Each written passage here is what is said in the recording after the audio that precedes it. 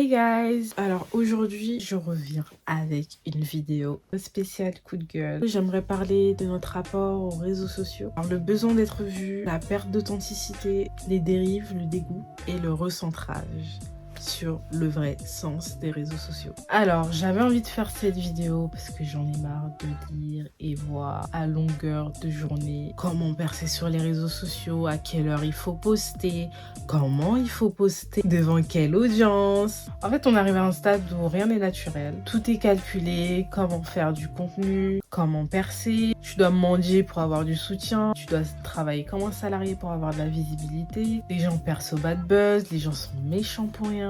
Les gens font semblant de t'apprécier. Les gens font semblant de sympathiser avec toi parce que t'es quelqu'un ou tu traînes avec quelqu'un qui connaît quelqu'un ou parce que t'as un certain nombre d'abonnés. Enfin, je pense qu'à la base, les réseaux sociaux, c'était juste un espace où on pouvait partager ce qu'on aimait, découvrir d'autres personnes à travers le monde, créer des communautés, grandir et grossir ensemble. Franchement, je veux pas me détacher de cette idée-là. Je sais que ça a jamais été parfait depuis sa création.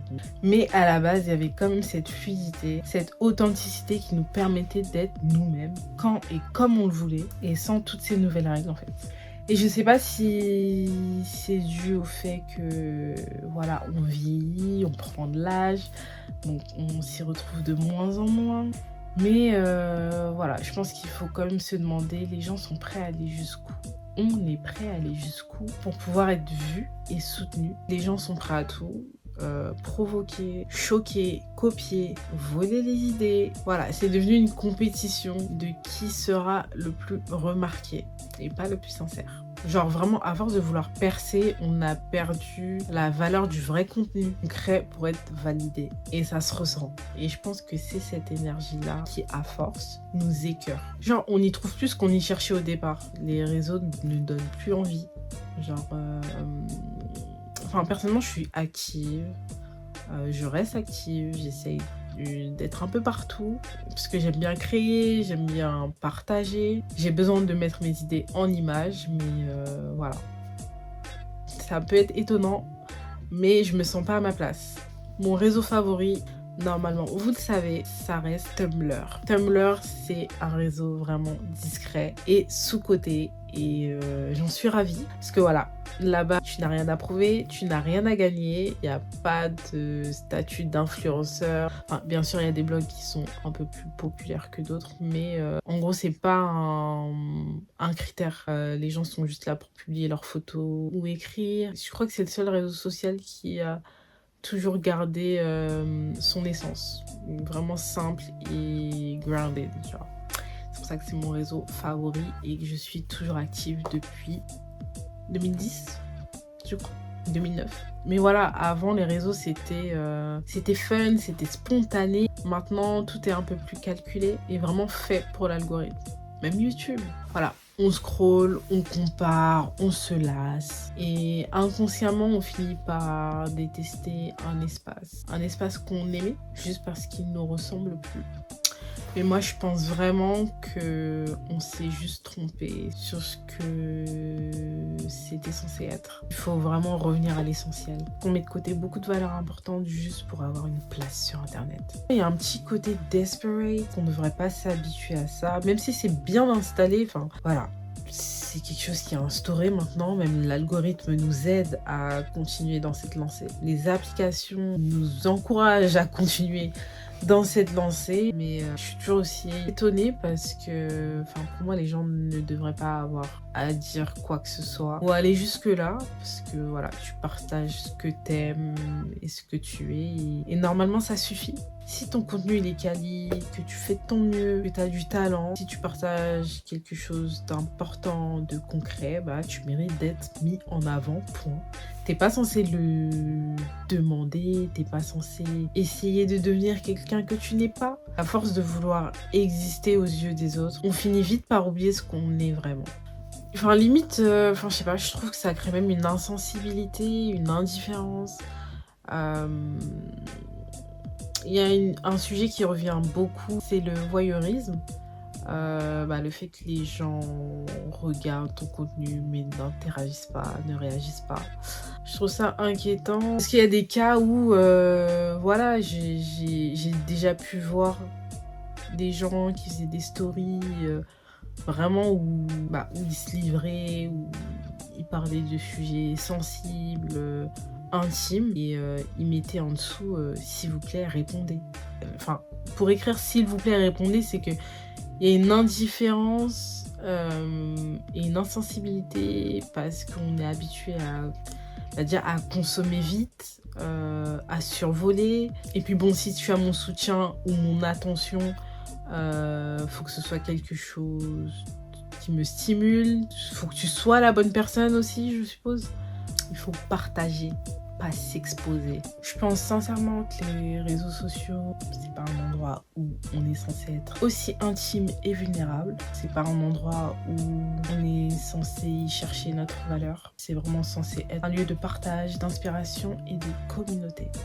Voilà, on peut y être présent sans s'y perdre. Je dis ça parce que, à mes yeux, les réseaux sociaux, c'est pas un safe space. Et je me dis souvent qu'il aurait vraiment fallu qu'il y ait des espaces privés pour laisser place à certaines confessions. Parfois, la détresse est tellement visible que ça donne la possibilité à toutes les personnes malveillantes de te voir, de te tomber dessus. Dans tous les cas, peu importe ce que tu partages, ça peut arriver, mais je pense que quand tu partages et tu gardes une certaine distance, t'es moins touché. Mais quand t'es vraiment ancré et que t'es vraiment dans les réseaux sociaux, t'as un livre ouvert, je pense que ça peut t'impacter assez facilement. Mais bon, on est là sur les réseaux parce qu'on a envie de parler, parce qu'on a envie de s'exprimer, quand bien même on le fait tout seul. Mais j'ai un doute sur le côté individuel, sur le fait de parler tout seul, de partager pour soi. Je pense que c'est pas entièrement vrai. Il y a un vrai besoin d'échange, genre bienveillant et constructif. Et c'est ce qui crée des gens, des situations où tu dois trouver un endroit pour t'exprimer. Personnellement, à ce stade des réseaux, je trouve ça inconfortable de voir quotidiennement le manque de considération, le manque d'authenticité ou la prise de confiance de gens avec qui vous ne voyez pas plus loin que le digital. Enfin, en vrai, on se connaît pas et la majorité des gens n'ont pas l'intention de te connaître plus que ça. Je trouve qu'on devient intime beaucoup trop vite et j'arrive pas à voir en quoi c'est bénéfique. Et au lieu de se rendre compte de ça, on préfère utiliser les réseaux sociaux pour combler des choses qu'on est censé gérer dans la vraie vie. Tu veux que les gens soient là pour toi, tu veux que les gens te voient, tu veux que les gens t'admirent, tu veux que les gens te fassent ressentir. Et en soi, c'est trop demandé. Mais vraiment, la solution, c'est vraiment de remettre la vraie vie au centre. Nos proches, nos projets, nos expériences réelles et utiliser les réseaux sociaux comme une vitrine. Parce que de manière générale, les réseaux sociaux, c'est vraiment l'endroit où on veut prouver. Et je comprends parce qu'on a besoin de se faire voir, de se mettre en avant, voilà, ça arrive. Mais je pense que par moments, il faut réfléchir et se dire, est-ce que j'exagère pas? Est-ce que je mens pas? Surtout quand on est face à une large audience. On peut vite vouloir se faire passer pour ce qu'on n'est pas. Quand il y a beaucoup de monde, j'ai l'impression qu'on n'est plus apte, on est plus enclin à vouloir prouver, extrapoler qui on est. Alors que dans des cercles restreints, c'est plus ta nature qui parle, genre ton vrai toi. En tout cas, il y a plein de petits détails comme ça qui me donnent l'impression que, en fait, on devient des robots, qu'il n'y a pas vraiment de profondeur ou d'intérêt dans ce qu'on fait sur Internet. On n'a pas à se forcer à faire quoi que ce soit, mais je pense qu'il faut vraiment se demander finalement à quoi on se sert. Et qu'est-ce qu'on fait dans cet espace? Quand mes parents nous disaient ne parlez pas aux inconnus sur Internet. Tout ça c'est le téléphone. Et tout ça c'est vraiment le téléphone. On a plein qui se démotivent et qui baissent les bras. Parce que oui, il faut pas oublier que c'est pas qu'on est un peu obligé de se montrer sur Internet, mais en tout cas pour certains domaines, surtout le milieu créatif, il faut se montrer.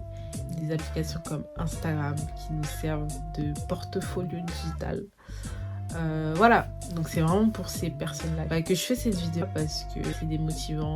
Mais j'encourage vraiment les gens à passer au-dessus, à rester authentiques, partager et faites ce qui vous ressemble sans penser à tout ce qu'il y a autour parce que oui, il y a aussi des gens qui ne veulent pas se montrer parce qu'ils se comparent beaucoup, parce qu'ils se trouvent pas assez à la hauteur. On a plein de cas, il y a tellement de facteurs, il y a tellement de raisons, mais vraiment ce que j'essaye de dire, c'est qu'on a amené Internet à un niveau qui qui est bénéfique pour personne, sauf les influenceurs. Voilà, si on veut que ce soit un endroit bénéfique et confortable, il faut que chacun mette la main à la pâte. Genre, j'encourage les gens à continuer à faire ce qu'ils font et de trouver des gens qui leur ressemblent. Il y en a beaucoup qui se remettent en question. Ils commencent à douter de leur capacité, à douter de leur contenu. Non, vous n'êtes pas le problème. Cette course à la visibilité révèle un manque d'originalité et d'individualité. Mais ça révèle surtout une panne de créativité. Mais en tout cas, à la fin, c'est toujours l'authenticité qui finit par briller, même à travers l'écran. D'ailleurs, personnellement, je préfère les petits comptes parce que ils sont un peu plus dans leur bulle. Puis il y a beaucoup plus de polyvalence. Faut vraiment passer au-dessus de l'image et des règles populaires. Cette image, ce style, ces habitudes, ce standard mainstream, genre. Je pense que les grosses pages, c'est surtout des pages qui savent mettre en place ce qu'on attend d'eux, qui savent être réceptives aux tendances. En tout cas, je finis sur ça en vous disant que j'arrête YouTube. Je plaisante. Voilà, blague à part. Les réseaux, c'est que des outils, un moyen de partager ce qu'on aime, d'inspirer et se connecter. Pas un endroit où on se compare, où on joue un rôle, où on se perd. Donc, tu postes quand tu veux, pas quand tu dois. Tu partages par envie et pas par besoin. C'est ça la vraie liberté. Et je vous dis à bientôt dans la prochaine vidéo.